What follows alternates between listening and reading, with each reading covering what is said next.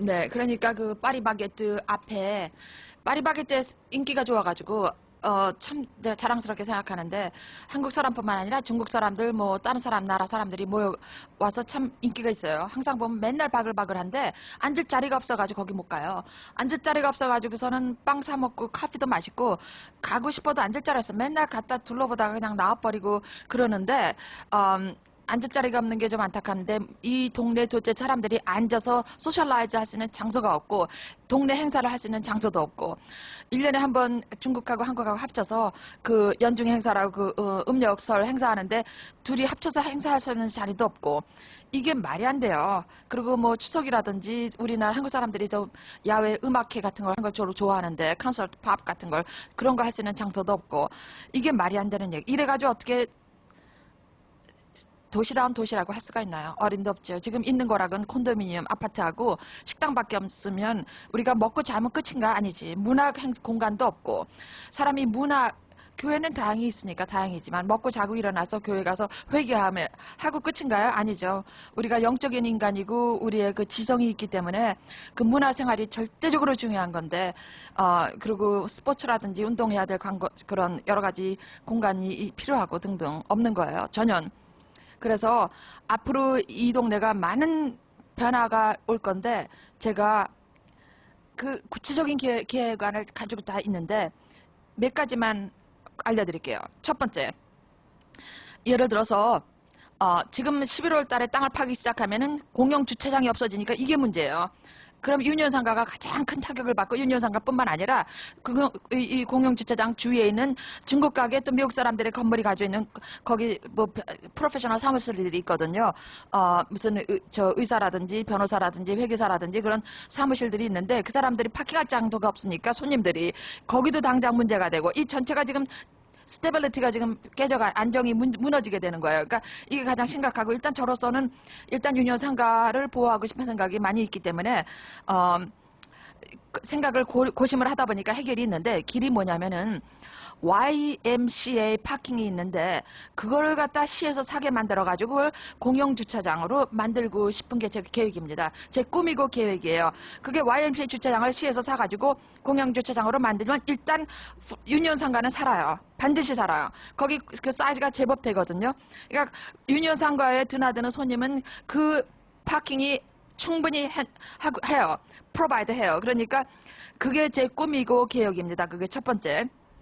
두 번째, 예를 들어서 중국, 한국, 또 인도도 이게 멋진 동양 도시가 되려면은 각종 베트남, 심지어 일본 사람도 전 들어오기를 원해요. 그래야지 정말 명실공히 동양타운이 되는 거예요. 세계의 주목을 받고 관심을 받을 수 있는 멋진 동양타운이 되려면 진짜 중국, 한국, 일본이 다 프레젠트 여기 다 오게 되면 진짜 너무 멋있는 거죠. 그런데 일단은 함께 모여서 소셜라이즈 한다든지 행사할 수 있는 장소도 없다는 사실이 이게 말이 안 되는 거기 때문에 제가 고민을 하다가 또 기똥찬 아이디어를 하나님이 주신 것 같다는 생각이 들어가는데 그건 뭐냐면은 땅이 없잖아요. 땅이 없고 저 공영주차장을 공사를 할 때 파리바게뜨가 그 개발업자의 그 헤드쿼터예요. 그렇기 때문에 그 헤드쿼터 바로 앞에, 그러니까 파리바게뜨 바로 앞에 있는 공간에다가 야외 그 오픈 스페이스를 1에이커 정도로 만들 거거든요. 거기다 이런 음악회도 할 수 있는 그런 뭐 그 계단 같은 거 해가지고서는 그런 것도 만들 계획이 있어요. 분수도 있고 만들 계획이 있는데 그 1에이커라는 거는 사실 너무 작은 거거든요. 그러니까 그거 가지고는 제대로 된 행사하기는 심벌릭, 그러니까 상징적인 공간은 되지만 뭘 제대로 할 수 있는 공간은 아니에요. 1에이커라는 거는. 그래서 고민을 제가 했는데 길이 생겼어요. 뭐냐면 138 스트리트 37에브니하고 39 세븐유 사이에 있는 파리바게뜨 앞에 있는 길이 138 스트리트인데 그 길을 막아버리는 거예요. 교통을. 막아가지고 그 길을 갖다 오픈 스페이스로 그냥 쓰게 만들고 만약에 그렇지 않으면은 39 에브뉴 비트윈 메인 스트리트하고 유니온 스트리트를 그냥 막아버려요. 교통을 차단해버려요. 그래가지고서는 그러니까 39 에브뉴를 갖다 프라미나트처럼 사람들이 걸어다닐 수 있는 오픈 스페이스로 쓰든지, 저 원하는 거는 제가 T자로 해가지고 그러니까 그 39 에브뉴하고 138수지를 다 막아가지고서는 그걸 갖다 오픈 스페이스로 해가지고 이 그 원에이커의 그 야외 음악당까지 합쳐가지고선 요 근처가 리틀 플라자가 되게끔.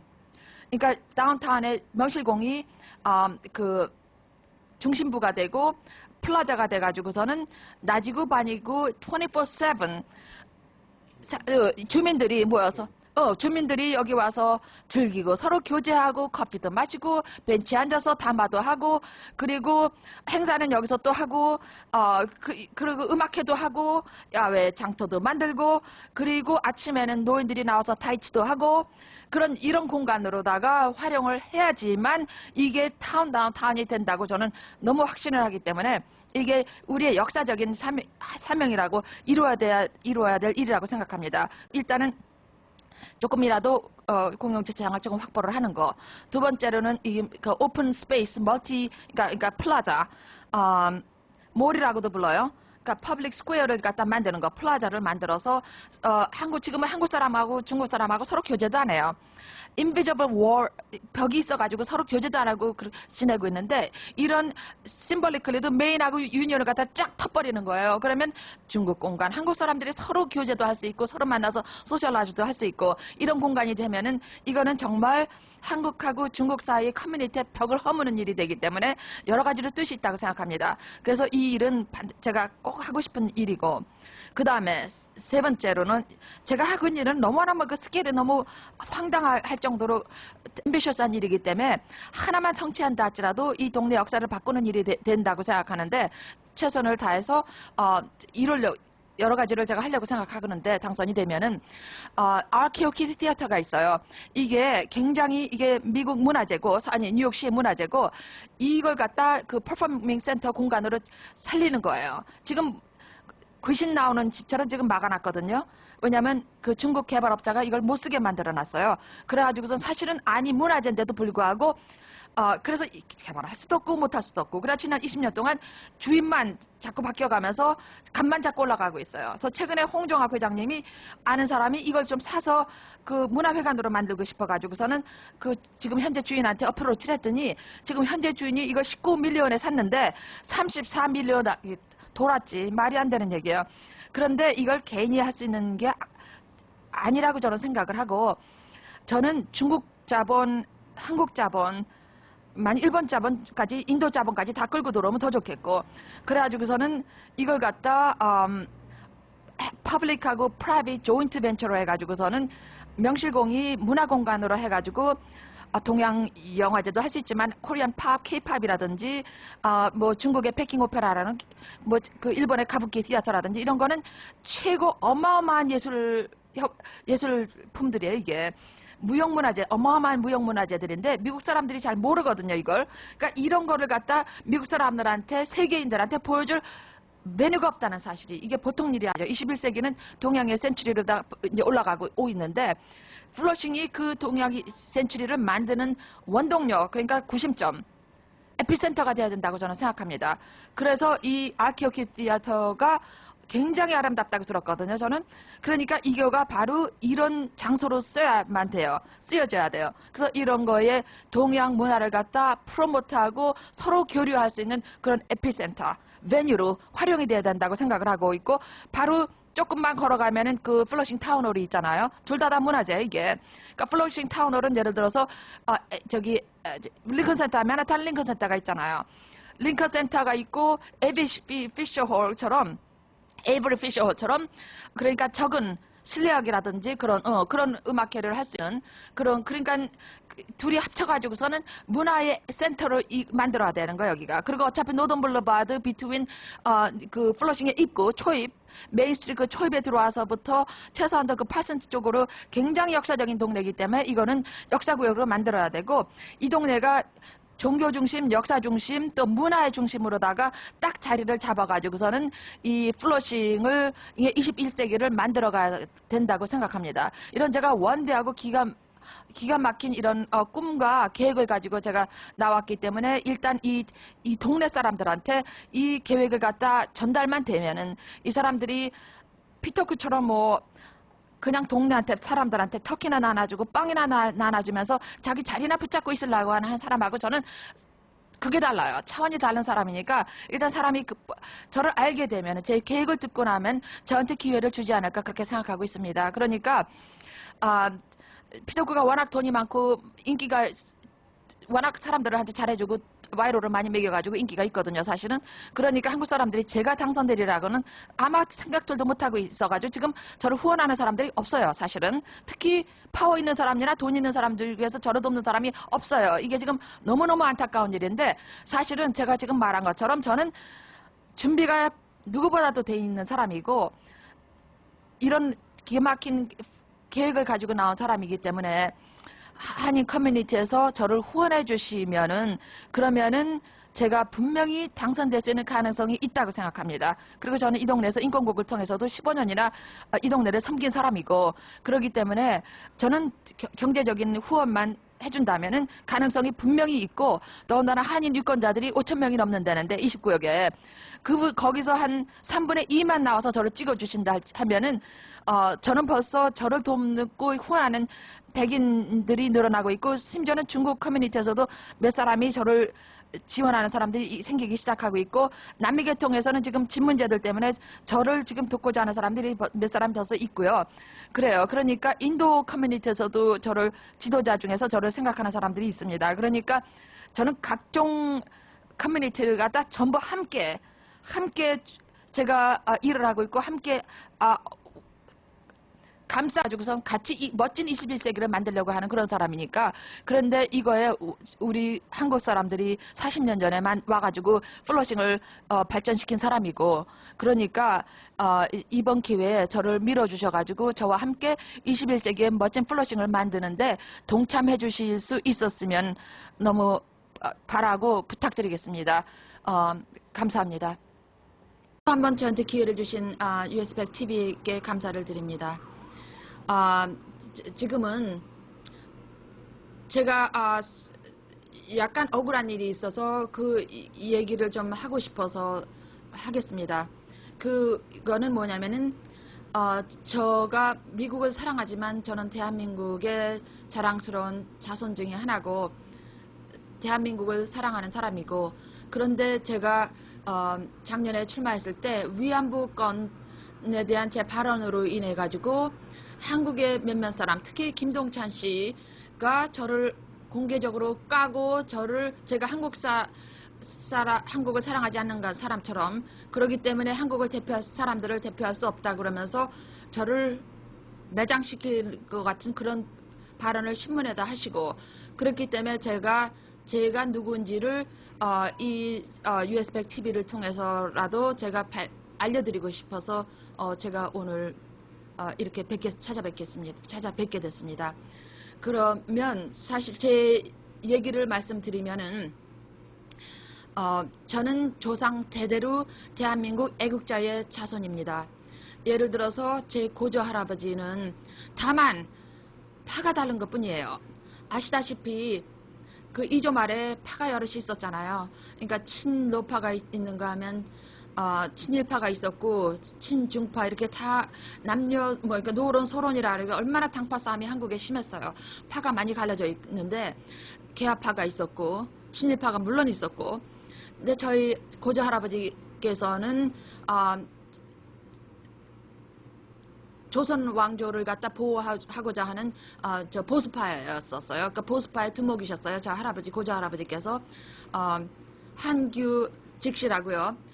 그래서 보수파의 두목이셨는데 그래가지고선 친일파, 개화파, 친일파들하고 서로 그러니까 그게 있었겠죠. 알력이 있어가지고서는 그 친일파들이 대한민국을 일본에다 넘기려고 그러는데 저희 할아버지와 보수파들이 방해가 되니까 저희 할아버지를 암살을 시켜가지고 1894년도 갑신정변에서 보수파의 두목 6명을 다 살해했습니다. 암살했어요. 그 중에 저희 할아버지인 교자직제 할아버지가 돌아가셨어요. 그래서 지금까지 저희 할아버지 묘가 청계산에 있는데 저희 할아버지는 얼굴이 없는 산소예요. 그때 난장판이 벌어져가지고 얼굴을 못 찾아가지고 그거는 어릴 적부터 그 얘기를 저희 친할머니한테서 얘기를 들으면서 자라왔고, 그래가지고서는 저희 언니 같은 경우에는 김옥균, 친일파의 두목인 김옥균을 너무너무 증오하면서 자랐고, 친일파에 가서 일을 갈면서 일본을 미워하면서 그렇게 자랐습니다. 언니는. 저는 한국 민족의식이 별로 없었기 때문에, 그래가지고 할머니한테서 나라 교육, 조상 교육에 대해서 많이 듣고 자라기는 했지만은 한국에 대한 민족 정신이 이렇게 별로 없었었는데, 저는 대학교에 들어가면서 대학생 선교에 제 친구가 섭씨 저를 끌고 가가지고서는 대학생 선교에서 김증건 목사님을 통해서 제가 예수를 영접하게 됐고, 예수를 믿게 됐고, 하영조 목사님이 저를 또 인도를 하셨고, 그래가지고서는 그때부터 민족 정신을 제가 갖게 됐습니다. 왜냐하면 김증건 목사님의 슬로건이면, 평생의 슬로건은 대한민국의 예수 그리스도의 푸른 계절이 오게 하자는 게 그분의 CCC의 저 대학생 선교회 그 슬로건이었었거든요. 늘 설교의 주제가 그거였어요. 대한민국이 그리스도를 통해서 새로운 민족이 되고 이 세상에 이 세계를 갖다 복음을 전하는 앞장서는 그런 민족이 되며 이 세계의 모범가는 끝에 가서 모범이 되는 그런 민족이 되자는 그게 그분의 비전이었으면서 늘 메시지였었어요. 그래서 일주일에 한 번씩 그분의 굉장히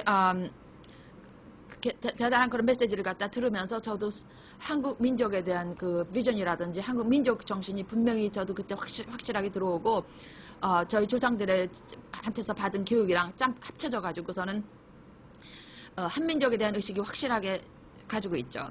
그리고 예를 들어서 저희 할아버지만 하더라도 할아버지께서 땅을 많이 가지고 계셨었는데 어려운 사람들에 대한 컴패션이 많이 있으셔가지고서는 자발적으로 제천에 있는 땅들을 다 놀아주시고, 그리고 또 독립운동을 또 상해 가서 독립운동도 하시고 만주에 가서 독립운동도 하시고 그러셨어요. 그래가지고서는 땅을 많이 논아주시고 그러는 바람에 그 제천에서 할아버지가 2대 국회의원으로 거기 주민들이 뽑아주셔가지고 추대를 해가지고 할아버지는 한국에서 국회를 설브를 하시고, 설브 하시는데 그냥 설브만 한 게 아니라 할아버지가 그 당시에 소외받았던 백성들을 위해서 학교를 세우시고, 그리고 또 국회에 들어가가지고서는 모든 계층이라든지 모든 사람 다 평등하다는 그런 취지에서 형평사 운동이라는 것을 대한민국에서 처음으로 시작하신 분이 저희 할아버지십니다. 친할아버지. 그리고 물론 독립운동도 하셨고, 그리고 저희 아버지는 해방 직후에 아무것도 없는 그야말로 호플레스 앤 헬플레스한 대한민국을 갖다 살리기 위해서는 일단 산업이 형성이 돼 산업 개발이 이루어져야 되고, 산업 개발을 위해서는 과학 기술이 첫째다. 과학 기술을 키워야 된다고 생각하셔가지고 아버지 스스로 과학을 전공을 하시고, 그래가지고서는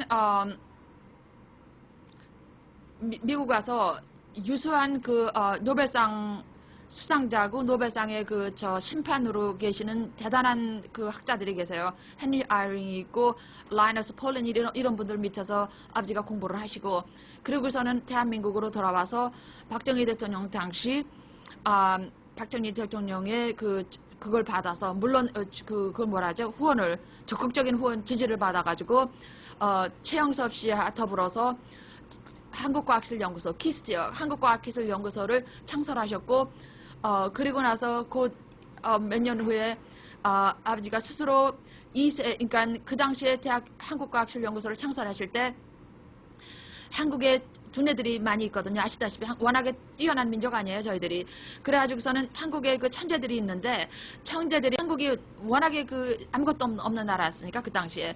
그래가지고 한국의 천재들이 다 구라파 아니면 유럽 아니면 미국에서 일을 하고 있었거든요. 그래서 아버지가 직접 그냥 세계 각국을 돌아다니면서 한국의 그 천재들을 갖다 일일이 다 설득을 하셨어요. 설득해가지고선 니네 나라가 너를 필요로 한다 그래가지고 그 사람들을 일일이 설득해가지고 다 한국으로 불러 들어와가지고서는 한국과학기술연구소는 불이 꺼지지 않는, 그러니까 불이 꺼지지 않는 연구소라는 그런 별명이 붙었었거든요. 왜냐하면 24시 24/7 가동하는 연구소였기 때문에 무시무시하게 일들을 하면서 대한민국의 과학기술을 이루어낸 원동력입니다. 그리고 저기 그 산실이라고 할 수 있죠. 거기서 제가 아버지가 피땀 흘려가면서 일을 하시면서 그 아버지가 다 설득해가지고 모셔온 대한민국의 두뇌들이 있는 힘을 다해가지고서 일을 하면서, 그 당시에는 왜냐하면 그 한국의 회사들이 그렇게 힘이 많이 없었기 때문에 그리고 정부에서 돈을 많이 줄 수 있는 것도 아니고, 그래가지고서는 그 과학기술연구소에서 직접 개발을 하고 제품이라든지 기술을 개발을 하면서, 물론 삼성이라든지 LG라든지 성경이라든지 물론 그 대기업들이 그 당시에는 좀 힘이 약했지만 같이 손을 잡고서는 개발을 해야 되는데 여건이 별로 안 좋은 상태에서, 그러니 이 사람들이 literally 그냥 명실공히 목숨을 바쳐가면서 일을 했어요. 제가 다 목격했습니다. 제가 그 당시에 그 키스트 사택에서 살면서 일어나는 상황들을 지금 목격을 하면서 제가 살았습니다. 그래가지고 이 한국의 대단한 그 천재들이 목숨을 바쳤습니다. 거기에서 대단한 사람들이 전부 다 암으로 다 젊은 다 세상을 떠났어요. 제가 한 사람 두 사람 세상 떠나가는 거 제가 다 봤습니다. 그렇게 대한민국을 위해서, 대한민국의 과학기술의 발전을 위해서 목숨을 바쳤고, 그 사람들의 바친 목숨이 거름이 돼가지고 한국의 과학기술 발전을 이룩했고, 그래서 지금은 과학기술에 그야말로 일본을 압박하고 있을 정도의 그런 위치에 한국이 와 있지 않나요? 그래서 저희 아버지는 과학기술연구소, 한국과학기술연구소를 물론 끌어가셨고 키웠을 뿐만 아니라 곧 이어서 카이스트를 창설하시고, 또 키트라고 대덕단지의 그 그 반도체라든지 그 산업의 중요성을 아셔가지고 그 키트 창설하시고 등등. 그리고 난 다음에 곧 이어서 또 한양대학교 가서 또 총장을 좀 하시면서 후배를 좀 양성하시고 그러셨죠. 그래서 이 얘기를 좀 자랑같이 되는 것 같아서 좀 싫긴 한데, 잠깐만 다시 돌아가서 고조 할아버지가 가신정변 때 그 친일파들한테 암살당해서 돌아가셨고,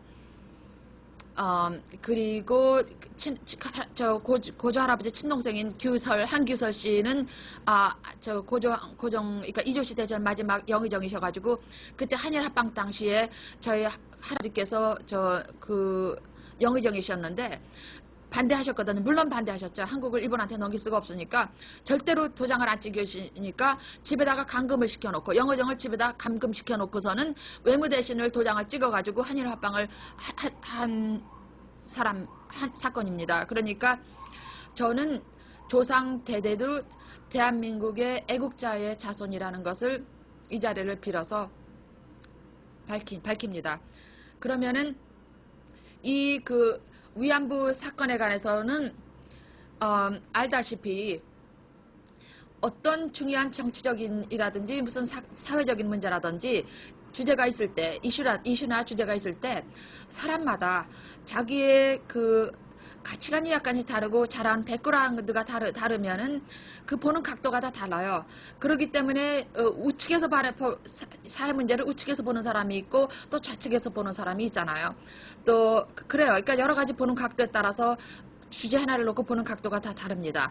그렇다면은 김동찬 씨가 내 팀에서 보고 있는 그 위안부 건, 또 제가 보는 각도가 다르다고 해가지고서는 제가 자기 각도하고 다르다 해가지고서는 그 견해를 갖다 서로 다른 견해를 서로 피력하고 그래가지고서 논쟁을 벌여서 대다수의 그 의견을 수렴해가지고서는 결국 결정을 하는 것이 그게 민주주의인데, 그 의견이 다르다는 걸로 해가지고 사람을 갖다 매장시키려고 하는 그거는 민주주의의 본질에 완전히 위반되며 잘못된 행동입니다. 이거는 아주 유치찬란한 행동이기 때문에 그런 행동을에서 먼저 벗어나서 진정한 민주주의의 시민이 되고 민주주의의 사회에서 지도자가 되려면은 이것부터 먼저 배워야 돼요. 한국 사람들이 우리가 배워야 된다고 생각합니다. 내가 의견이 다른다고 해서 그 사람을 미워하면 곤란하죠. 그 사람의 생각을 미워할 수 있죠. 생각은. 그렇지만 그 사람을 미워하면 안 되고 의견을 서로 대립할 수도 있고 서로 그 오픈 그 스페이스에서 퍼블릭 포럼을 통해서 서로 논쟁을 하고 디베이트를 하고 그래가지고서는 결국 대의를 만들어가고 모아가고 만들어가는 것이 바로 민주주의의 프로세스죠. 결국은.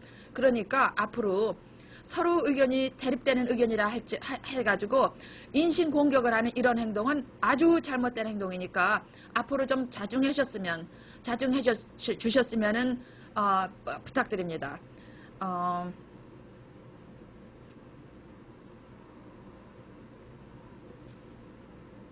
애드보케이트와 네, 제가 김동찬 씨가 한민족을 사랑하고 그래서 이런 이렇게 의분을 하고 그 입장을 내가 이해를 하고 감사하게 생각해요. 사실은. 그런데 김동찬 씨는 그렇게 한 주제를 놓고 한쪽의 이익만 밀고 나가는 사람이 필요하죠. 사실은. 그러니까 그런 모든 일이 또 이루어지고 또 민주주의가 그렇게 해서 프로세스가 되는 거고 그런 사람을 갖다 애드보케이시라고 부르죠. 말하자면 어떤 서로 상반되는 그런 이익이 나눠지는 그런 주제를 놓고 한쪽의 이익을 갖다 밀고 나가는 그런 사람들을 갖다 애드보케이시라고 불러요. 그러면 애드보케이트도 사실은 필요해요. 민주주의에서 절대적으로 필요한 사람들이에요. 그런 역할도 필요하고. 그런데 정치인이라는 거는 애드보케이트는 아니에요. 애드보케이트하고 달라요. 정치인이라는 것은 모든 여러 가지 이권이 다르고 의견이 다르고 여러 상반되는 그런 대립하는 그런 이권이 대립되는 그런 민족들, 그런 커뮤니티들 사이에서 어떻게 구심점을 찾아가고 중심을 잃지 않고 서로 한 사람 그룹을 너무 해를 끼치지 않고 모든 사람의 이익을 되도록이면은 참여를 시키면서 그러니까 고려를 해가면서 가장 나은 길, 가장 절충되면서 바람직하고 옳은 길, 도덕적인 길을 찾아가는가. 그리고 모든 사람에게 이익이 되는 길을 찾아가는가. 그런 일을 찾아가는 그런 역할을 하는 게 바로 정치인이라고 생각합니다.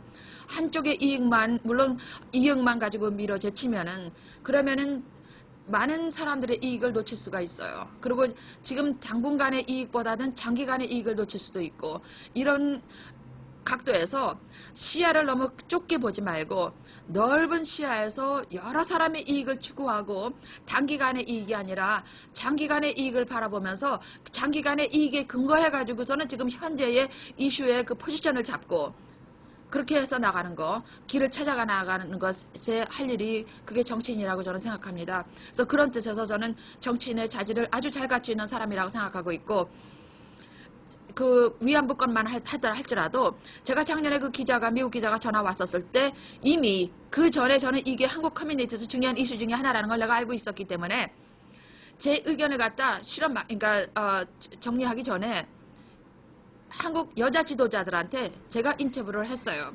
서베이를 제가 했습니다. 제가 똑똑하다고 생각하는 한국 사람 여자들한테 몇몇 사람한테 제가 개인적으로 그 사람들의 의견을 이 주제를 놓고 의견을 물어봤어요. 그래가지고 의견을 모아가지고서는 제가 가지고 있는 의견을 갖다 재정립을 하고 확인을 하고 확립을 해가지고 제가 의견을 제가 말씀드린 거예요. 제 혼자 개인 의견을 말한 게 아니라는 사실을 또 재차 제가 알려드리고 싶습니다. 그렇다면은 다시 한번 정리. 미국이란 나라는 세계에서 가장 아직까지도 존경을 받고 있고 사랑받고 있고 제일 강한 나라인데 그 이유는 돈이 많아서가 아니고 물론 돈이 중요하죠. 돈이 파워고긴 하지만 돈 가지고 존경은 절대로 안 받아요. 못 받아요. 돈이 문제가 아니라 미국의 그 도덕적인 그 입장들 미국이 창설 때서부터 지금까지 올 때까지의 미국 사람들의 그 민주주의 과정을 통해서 이뤄왔던 이 역사 이게 존경스럽기 때문에 미국 사람들이 사랑하고 존경하고 있는 것입니다.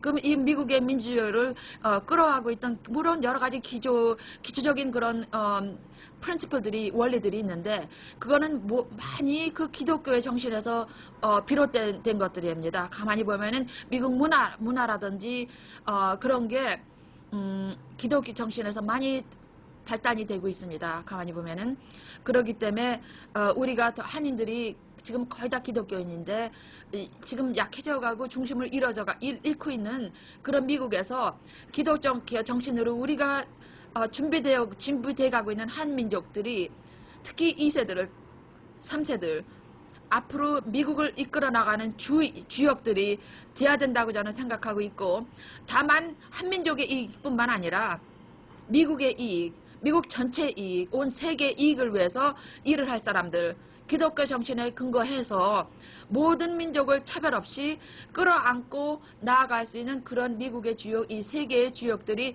즉 한인들이 돼야 되지 않을까 그렇게 생각하고 있고, 이 플러싱에서의 이민 1세들이 많이들 살고 있는데 그 사람들이 할 일들이 이 동네에서 다른 민족들도 서로 끌어안고 나아가는, 그게 미국의 역사였고 미국의 미래라고 저는 생각합니다. 그런 중요한 일들을 한국 사람이 해야 된다고 생각하고 있고, 그런 사명을 우리가 갖고 있지 않나, 기독교인으로서 특히 그렇게 생각하고 있습니다.